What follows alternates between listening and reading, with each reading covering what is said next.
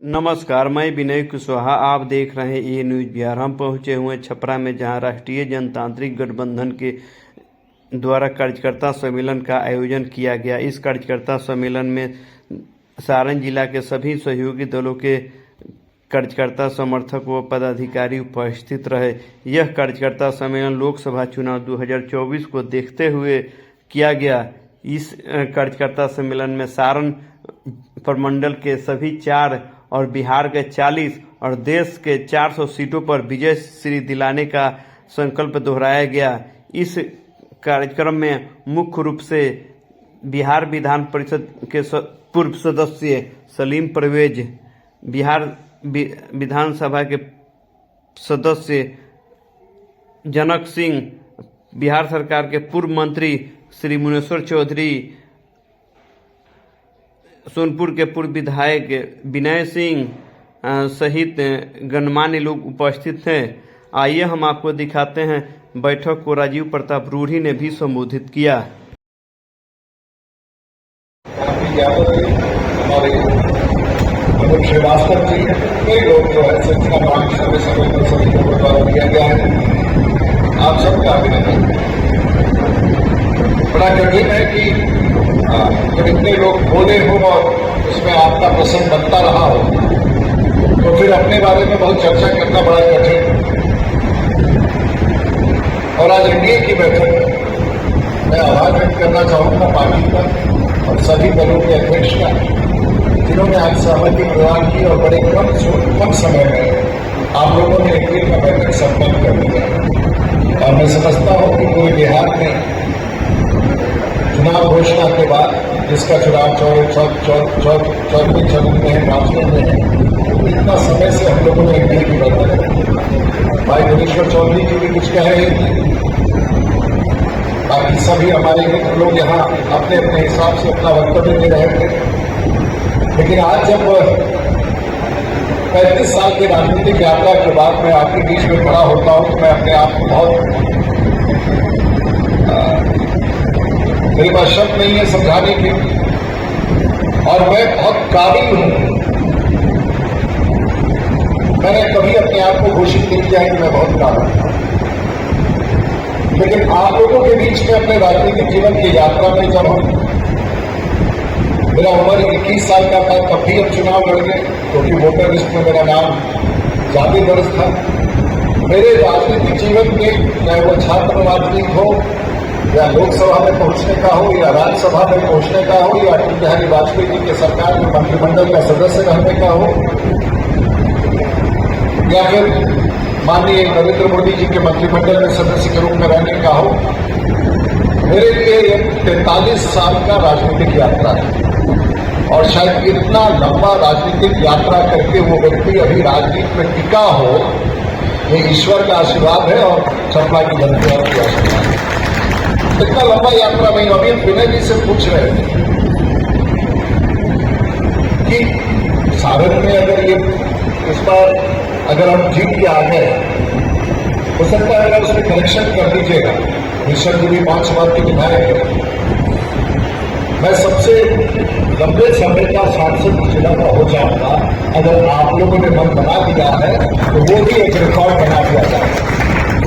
देखिए, भारतीय जनता पार्टी अभी पिछले 2-3-4 दिनों से लोग मुझे तरह तरह का सवाल पूछते हैं, और हम सब यहाँ जितने एनडीए के लोग हैं, हम सब लोग पॉलिटिकल जीव हैं, हम सब लोग कार्यकर्ता हैं,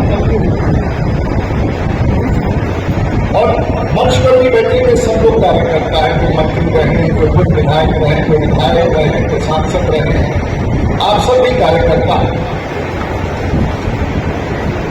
और आप सब में भी आकांक्षा होती है, पार्टी की सेवा करते हैं, पार्टी का प्रतिनिधित्व करते हैं, विधायक बनते हैं, सांसद बनते हैं, पार्षद बनते हैं, मंत्री बनते हैं, मुख्यमंत्री बनते हैं। लेकिन मुझे राजनीतिक जीवन में अफसोस होता है कि जो बड़ी पॉलिटिकल पार्टियां हमसे लड़ना चाहती हैं या नरेंद्र मोदी जी से लड़ना चाहती हैं, उनको सारण संसदीय क्षेत्र में उस पॉलिटिकल पार्टी में कोई कार्यकर्ता नहीं मिलता है जो चुनाव लड़ सके। ये एक बहुत बड़ा सवाल है।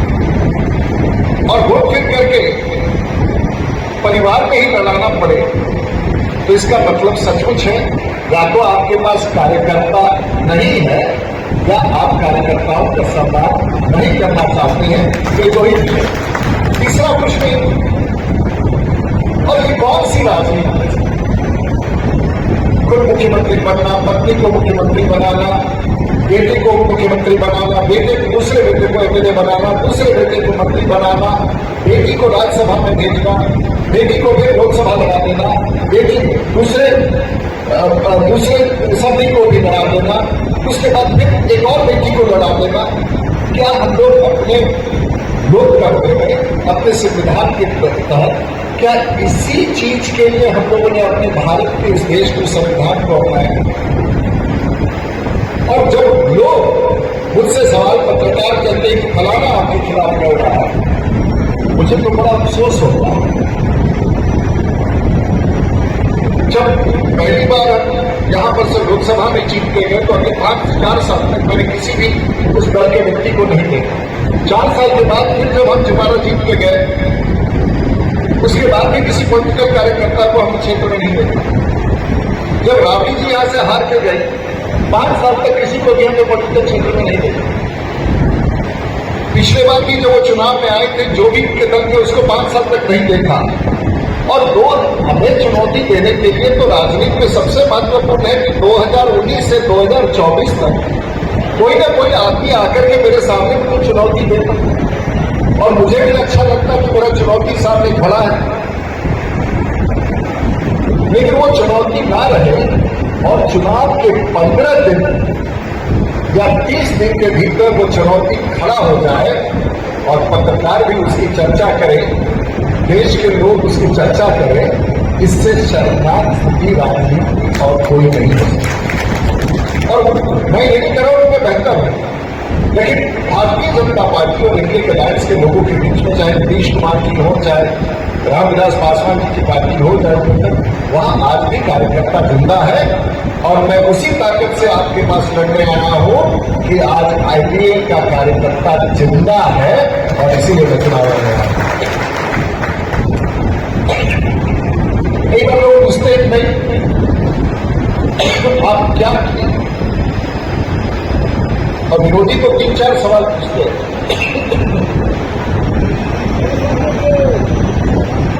तो अगर सारण जिला में मैं 2-4-5 उदाहरण देना बिहार और भारत में इतने छोटे भौगोलिक क्षेत्र में अगर सबसे ज्यादा नेशनल हाईवे का नेटवर्क है, राष्ट्रीय उच्च पथ का नेटवर्क है, तो सारण जिला में।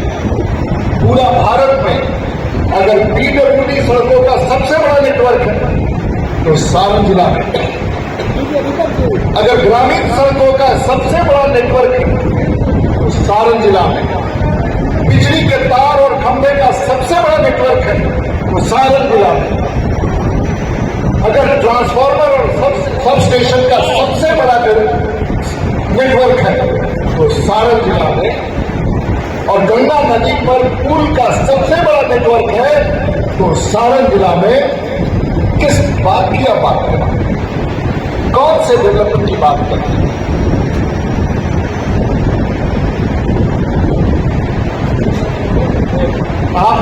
आप अपने लोगों को अमीर बनाने की बात करते हैं, और राजीव प्रताप रूडी ने अपने पॉलिटिकल लाइफ में सारण के लोगों को करोड़पति कैसे बनाया जाता है उसका फॉर्मूला आपके सामने लाकर दिखा। आज गरखा में जो जमीन 10,000 रुपये कट्ठा में बिकता था, आज 1-2 करोड़ रुपए में कट्ठे का जमीन बिक रहा है। राजीव प्रताप रूडी इस फॉर्मूला को जानता है कि तुम्हें कैसे करोड़पति बनाया जा सकता है। आज सोनपुर में जो जमीन 10,000, 20,000, 50,000 रुपये कट्ठा बिकता था, आज 5 करोड़ रुपये कट्ठा बिक रहा है। उस फॉर्मूला को आपको करोड़पति बनाने का रास्ता राजीव प्रताप रूडी जाएगा। अगर गरखा बाईपास में भारत सरकार से पैसा ला के सीआरएफ से बाईपास निकाला जाता है तो गरखा के बाजार के अगल बगल का जमीन 10 से 20,000 रुपये कट्ठा था, आज मुनीश्वर चौधरी जी बता देंगे 50 लाख से 1 करोड़ रुपया जमीन हो गया है।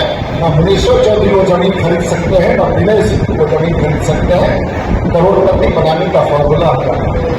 आज अगर हम नॉर्थ में अगर अमनौर का बाईपास 100 करोड़ रुपए की लागत से बन रहा है तो जमीन जो 50,000 रुपए कट्ठा था वो 50 लाख से 2 करोड़ रुपए कट्ठा बिक रहा है, पता लगा। और इसी प्रकार से हम लोगों ने 24 घंटा जिला में बिजली दिया, 24 घंटा इंटरनेट दिया, 24 घंटा चलने का रास्ता दिया, 24 घंटा हम लोगों ने पावर स्टेशन लगाए, 24 घंटा आपको एम्बुलेंस दिया और अच्छे वकील को ही लोग चुनता है। और जहां 18 लाख मतदाता हो, जहां 18 लाख मतदाताओं का भविष्य हो, तो निश्चित रूप से वहां की जनता वैसे ही प्रत्याशी को, एक को देश के प्रधानमंत्री वैसे ही प्रत्याशी को भेजेंगे जो इनकी सेवा कर सके, और यहाँ की जनता वैसे ही प्रत्याशी को चुनेगी जो देश और भारत और दुनिया की सभी योजनाएं और सभी सोच को लाके छपरा की धरती पर सजा सके। जनता भी इसी को चुनेगी।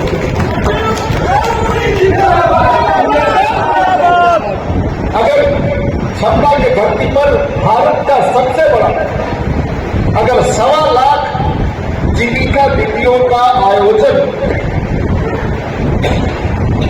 1.25 लाख जीविका दीदियों का आयोजन अगर कोई कर सकता है तो देश के प्रधानमंत्री नरेंद्र मोदी का वही अकेला सिपाही है जिसका राजीव प्रताप रूडी है और जिसके लाखों कार्यकर्ता उसके साथ। किस बात का चुनौती आप देने के लिए करें? किसी ने कहा कि कोई फलाना मिल बंद कि भैया मिल बंद है, चालू तो कराना चाहिए, बंद कौन करवाया, ये क्यों नहीं सवाल पूछता? अगर कोई सड़क 2500 सड़क में एक सड़क नहीं बन रहा है तो शुरुआत कब हुआ, उसका अलाइनमेंट किसने बदला, किसके घर को बचाने के लिए, किस समाज के लोगों को बचाने के लिए तुमने अलाइनमेंट बदल दिया कि वो सड़क का काम बंद हो गया। 10 साल के बाद उसको जो जबरदस्ती से, तो तुमने सवाल तो तुमसे करना है भाई।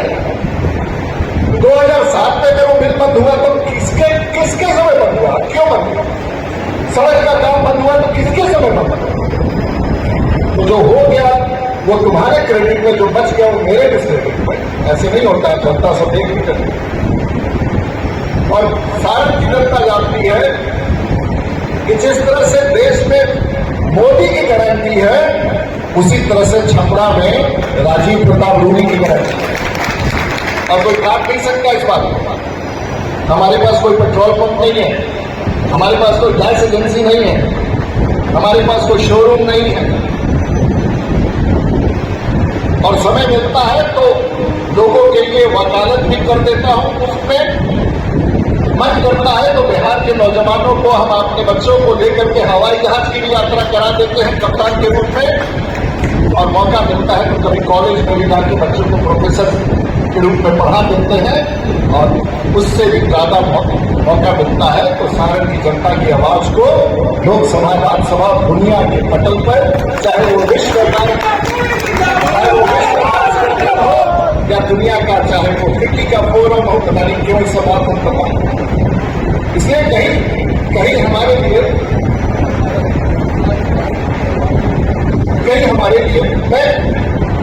हम पॉलिटिक्स सेवा के लिए करते हैं, हम पॉलिटिक्स राजनीति के लिए नहीं करते,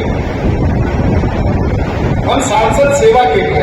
शायद ये बात आप लोग को नहीं लगता हो, बैठ करके सोचते रहना, राह चलते लिखते रहना, आज के तारीख में भी सरकारी अधिकारियों से पूछते रहना, क्योंकि मुझे भरोसा है, मुझे सारण की जनता पर भरोसा है कि अभी भी सरकारी अधिकारियों से तमाम योजनाएं जो इस चुनाव में चल रही है उनके बारे में अभी से फोन लगा के पूछता हूं, तो मुझे लगता है कि उसे छोड़ना नहीं।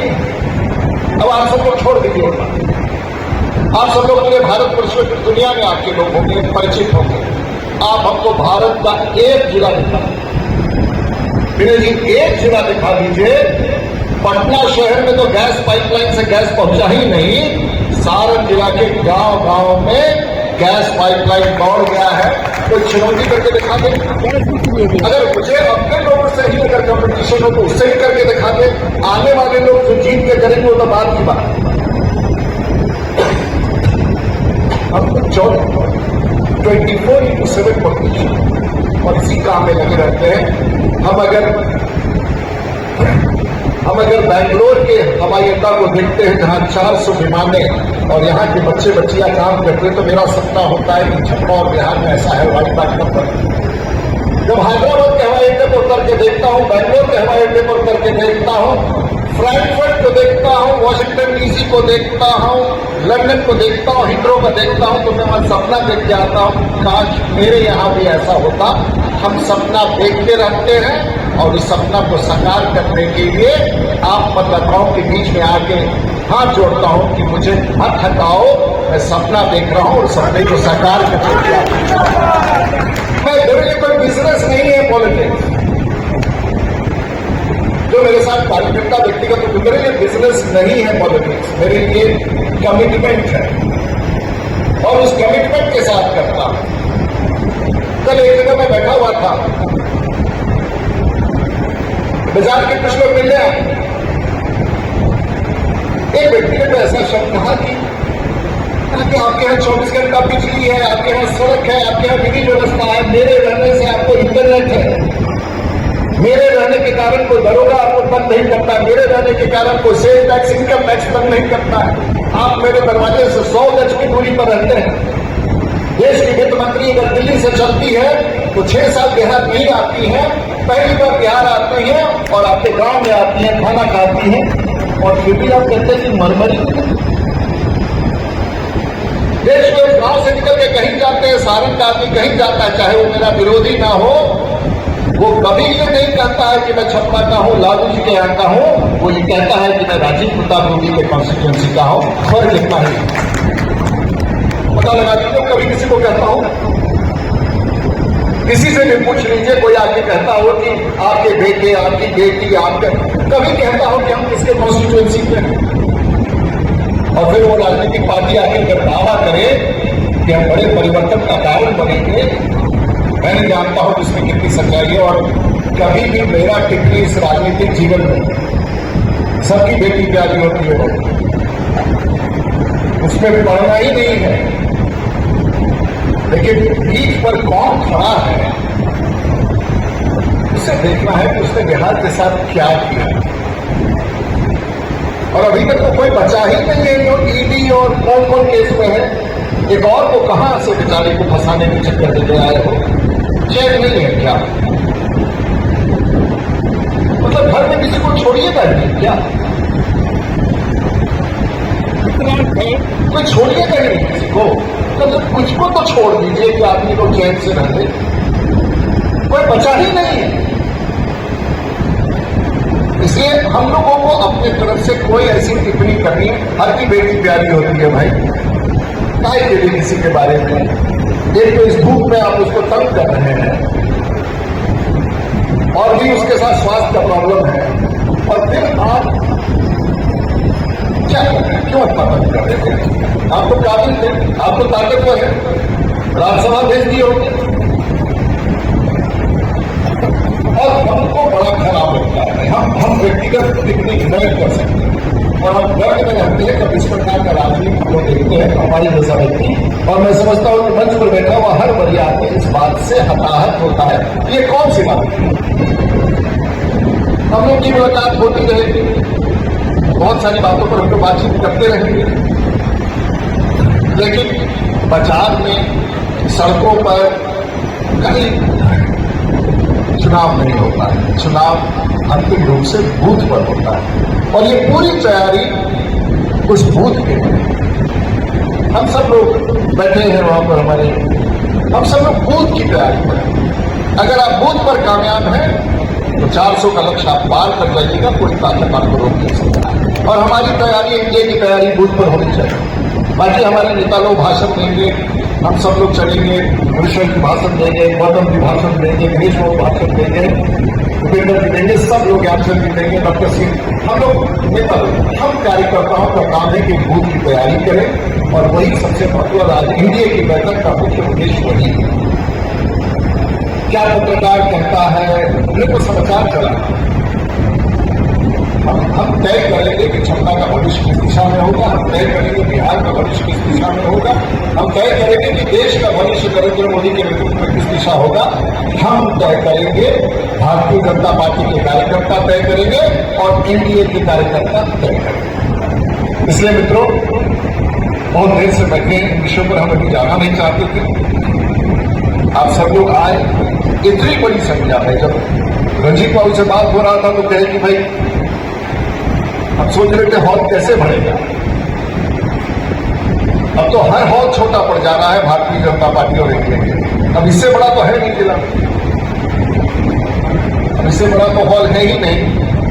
तो अभी तो चुनाव में 2 महीने की देरी है। अभी ये हाल है तो चुनाव आते आते क्या होगा, जब नरेंद्र मोदी जी आएंगे, जब अमित शाह जी आएंगे, जब नीतीश कुमार आएंगे, मुझे नहीं लगता है कि मैदान में कोई दिखने वाला है। लेकिन हम सब लोगों को ओवर कॉन्फिडेंस नहीं होना चाहिए। चुनाव होता है और चुनाव में हर आदमी को पूरी ताकत के साथ, पूरी मेहनत के साथ और हर समाज को, चाहे वो हमारी बहनें पीछे बैठी थी, चाहे वो अल्पसंख्यक समाज के लोग, चाहे वो दलित समाज के लोग, चाहे वो नौजवान हो, किसान हो, हर को सम्मान देना है, हर के दरवाजे पर पहुंचना है, हर से बात करना है और इस चुनाव को जीत करके नरेंद्र मोदी जी के झोली में साल का सबसे खूबसूरत सीट उनके पास जमा कर देना है ताकि उनका विकास हो। आप सब लोग को बहुत बहुत धन्यवाद। बहुत देर हो गया है, इसके बाद फिर से